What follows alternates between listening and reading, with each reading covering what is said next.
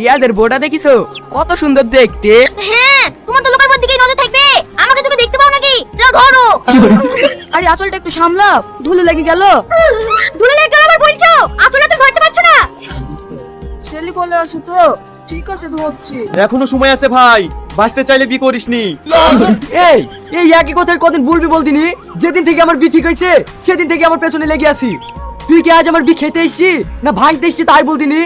দেখ তুই তো আমার খুব কাছের বন্ধু, তোকে বাঁচানো আমার কর্তব্য। তোদের মতো আমি কাপুরুষ না, বউকে কিভাবে কন্ট্রোল করতে হয় সেটা আমার খুব ভালো করেই জানা আছে। এই থাম থাম থাম থাম, একটু দাঁড়া, কি বললি আরেকবার বল।